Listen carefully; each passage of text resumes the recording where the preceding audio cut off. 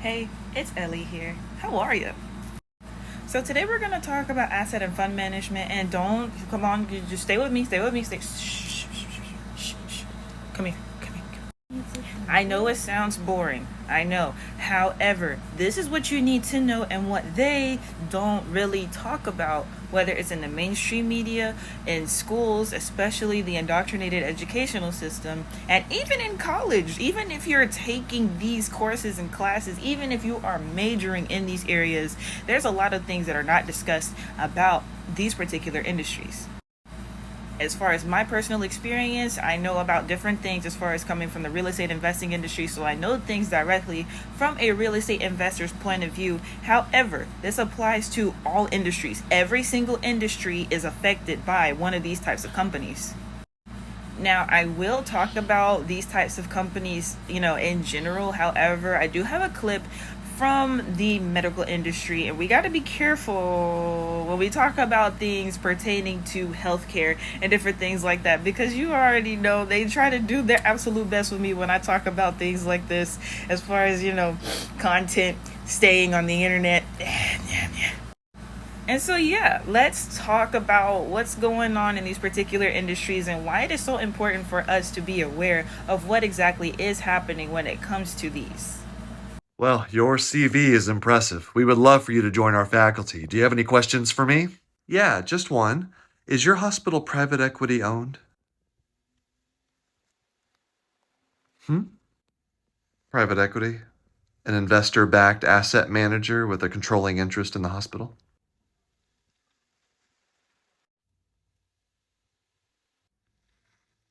Yes, we sold to private equity last year. Is that a problem? Well, it's not ideal. Yeah, I'd prefer to practice evidence based medicine independently without the influence of a profit driven corporate entity. Oh, you'll still be able to practice medicine however you like. Are you sure? Because research has shown that PE acquired practices bill 20% more than independent physicians.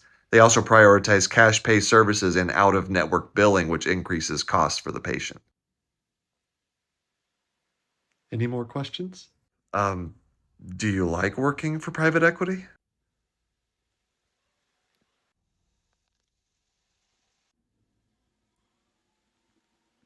Mm-hmm. I'm sorry, what was that? Yes. Mr. Banks has been very good to us. Who is Mr. Banks? Bartholomew Banks, private equity.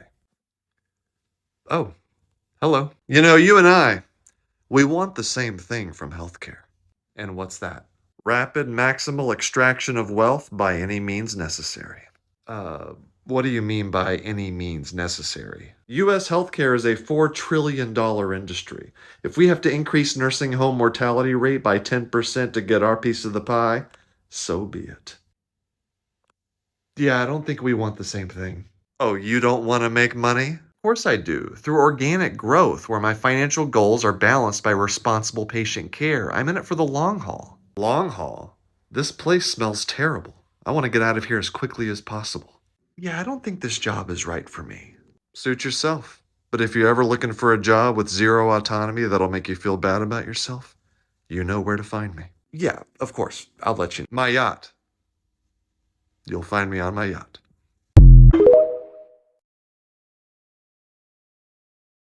So, as you can see, the doctor was applying for a job at a hospital.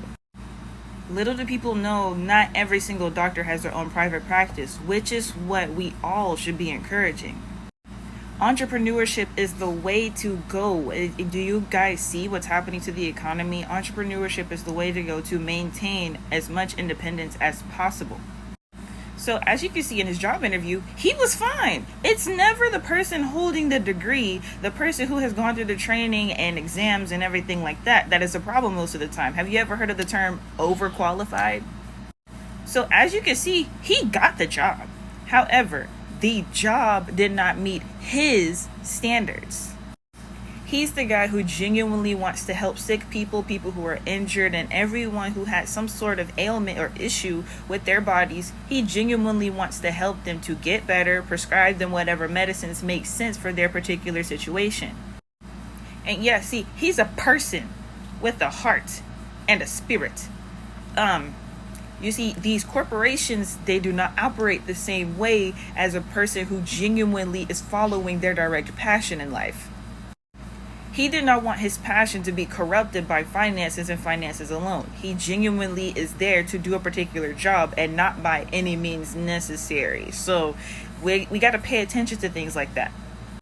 So when it comes to the term selling out, this is not exclusive to music artists and celebrities, movie actors, television show actors, people with their own special. This is not exclusive to that. Selling out is doing things for the love of money itself instead of for the passion you have to serve the collective. And these types of companies, when we're talking about asset and fund management, are another reason why things like holistic and organic living are not pursued. Holistic and organic living requires a certain amount of finances and it cuts profits too much. So they'd rather not do that and prescribe or issue out different types of treatments that are not as beneficial as something that is natural for your body because it's cheaper. It's much easier to process a whole bunch of products in a factory than it is to have a farm to grow the different herbs or whatever types of natural resources are necessary to produce holistic and organic medicines or treatments to help a person to whether it survive or live a better life in general. And plus, you don't always need to keep reusing certain herbs and whatever type of holistic practices you do. Sometimes it's a one and done thing and you're done. Y'all know these other products don't work like that. You have to keep taking them and keep buying them and keep getting prescriptions, and it's a residual income for them at that point. So this is why I encourage you to study these high finance industries. This is not for you to just make a quick buck. This is, first of all, this is a career field that a lot of people are in, and you guys see what's happening in the different areas of the economy all at this moment, okay? So it's really important to study on these fields, network with the people in these fields, and get familiar with their terminologies because it's an entirely different language than what we are taught in regular schools. And this is another reason why I encourage homeschooling. So if you are learning about these things as a mother, even as a father, and you start implementing these different principles within your children as far as knowing what these people are talking about, then they won't get lost in the sauce when it comes to, oh, well, this election this, or, oh, this policy that. They'll know exactly what's going on. They'll know why it's happening and everything of that nature. So some key terminologies to study on are fund management, asset management, and derivative investing. Everybody knows about the stock market and different things like that, and that hasn't, helped the general collective to click into what's happening. When you're talking about derivatives, you're talking about the mass of things. It's not this company versus that company when it comes to is their stock going up or down. It is the value of that whole product in general, and the reason that all the companies price their products the way that they price them. Hit me up if you want to know more. What do you do for a living? I'm an empire builder. I have 12,000 apartment units, and I also help people to create wealth through real estate. What tip would you have for someone looking to get into that? Invest in income producing assets, multifamily. The rents go up, the property appreciates over time, and it continues to cash flow every single month. Income producing asset. You can earn your way to success. You can't earn your way to wealth. You want to create wealth, you need your money to work for you, whether you're sick or working or not, your money's working regardless. Can you be spiritual and a billionaire? Why would you need so much if you come here with nothing and leave with nothing? Here's what I'll say. I don't think it's about focusing on one thing or the other. I think it's about awakening and then creating wealth through your talents, your innate intelligence, and then not being limited by how much natural abundance you can create for yourself. How much can you receive? The common theme with millionaires is they've been able to generate wealth, but they don't have access to themselves. They've been able to gain status, but not maintain intimate relationships.